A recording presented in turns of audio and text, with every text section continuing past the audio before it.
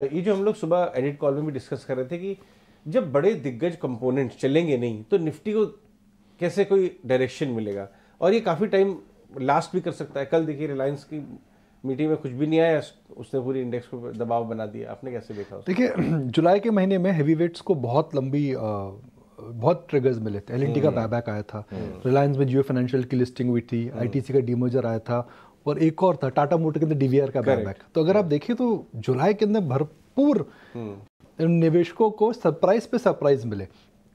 अब सरप्राइज का मतलब क्या होता है जी? सरप्राइज का मतलब ये होता है कि एक अच्छी खबर रेयर हो और कभी कभी आए। हाँ। अब सरप्राइज अगर हर हफ्ते आने लग जाएगा तो भी सरप्राइज नहीं रहेगा, जेनरिक हो जाएगा। जेनरिक हो जाएगा जी वो।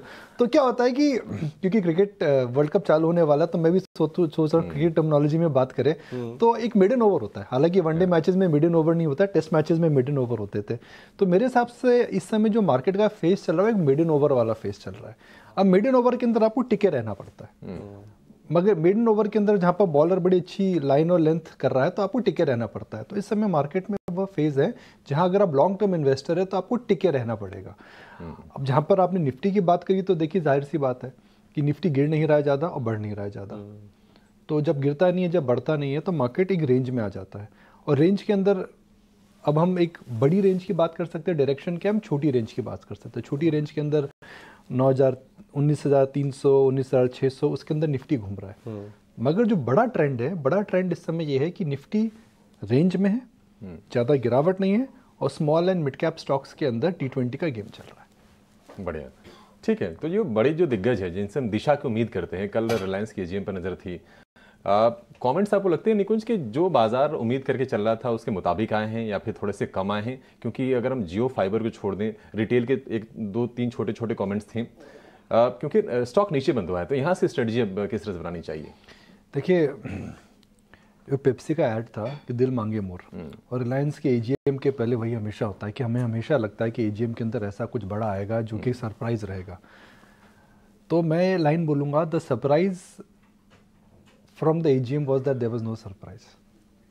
The surprise from the AGM was there was no surprise. मगर कुछ AGM के अंदर ऐसा अगर आप देखें तो एक जो सबसे बड़ा संकेत है वह यह है कि new generation is now part of the board. Correct. और इससे बड़ा इंडोर्समेंट नहीं है मेरे लिए लॉन्ग टर्म इन्वेस्टर्स के लिए कि जिनका मानना था कि भाई अंबानी साहब के बाद रिलायंस इंडस्ट्री की कमान कौन संभालेगा।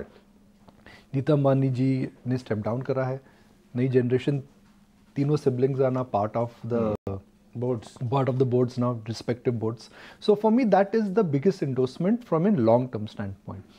मीडियम टर्म की बात करें, मीडियम टर्म के अंदर जियो, रिलायंस रिटेल अनलॉकिंग, उस पर एक प्रकार का जो मार्केट एक्सपेक्ट कर रहा था मिला नहीं। मगर एजीएम के पहले साहब आपको दो बड़ी खबरें मिली थी। जियो फाइनेंशियल्स की लिस्टिंग, आज भी भाव 200 रुपये है। एक साल पहले किसी को पता नहीं था 200 रुपये का आपको फ्री शेयर मिलेगा, फ्री में शेयर मिला है वो। और रिलायंस रिटेल की 3 साल पहले जो कोविड के बाद वैल्यूएशन 50 की 100 बिलियन हो गई है। तो अब रिलायंस के अगर शेयर होल्डर है तो आप देखिए आपका रिटेल बिजनेस $100 बिलियन की वैल्यूएशन पर कर गया और आपको 200 रुपये का शेयर मिल गया। तो सरप्राइज से पहले आ चुका था। करेक्ट, ठीक है। और पीरामल को कैसे देखें निकुंज? क्योंकि कल रिटेल वाली ग्रोथ को लेकर फोकस किया गया है, शेयर हम देखें कि चला भी है और 1.25 लाख करोड़ के आसपास की एओएम को टारगेट कर रहे हैं अगले 4-5 साल में। 45% बढ़ चुका है अभिषेक। तो मैं ये बोलूँगा कि पिरामल के अंदर जो चेंजेस वो बता रहे हैं शायद मार्केट एंटिसिपेट कर रहा था। अब पिरामल का एक नया अवतार लेगा। देखिए, पिरामल के कई अवतार रहे हैं, इस कंपनी के कई अवतार रहे हैं। क्या अभी DHFL के बाद जो मार पड़ी थी, क्या एक नया अवतार लेकर के यह जो अवतार के अंदर ये बड़ी छलांग कब लगाएगा? लग रहा है कि यह छलांग के लिए रेडी हो चुका है और अब आने वाला 3 साल, पिछले 3 साल जो कठिनाई भरा था पिरामल के लिए अच्छा आएगा। समस्या ये है, समस्या तो नहीं है, मगर एक पॉइंट मैं निकालना चाहूँगा कि पिरामल का स्टॉक 45% बढ़ चुका है, 3.5 टाइम बुक पर है। तो क्या मार्केट ये जो आया है एजीएम के एनालिस्ट डे के अंदर, क्या वह नया है? मार्केट एंटिसिपेट कर रहा था, मेरे को लग रहा था वह एंटिसिपेट कर रहा था। जो बड़ा चीज़ मेरे हिसाब से जो बात नहीं कर रहा है वो बात कर रहा है कि इन्होंने टेक्नोलॉजी फोकस की बड़ी बात करी है। इनकी net worth is one of the highest, if you look at the top 5 NBFCs, Piramal की नेटवर्थ बहुत ज़्यादा है। तो अब बड़ी नेटवर्थ के अंदर NBFC टेक्नोलॉजी अडेप्ट करता है, रिटेल लेंडिंग करता है, तो उसका जो आने वाला 3 साल एकदम चेंज हो सकता है। So will Piramal Enterprise Nayan be a different kettle of fish going forward?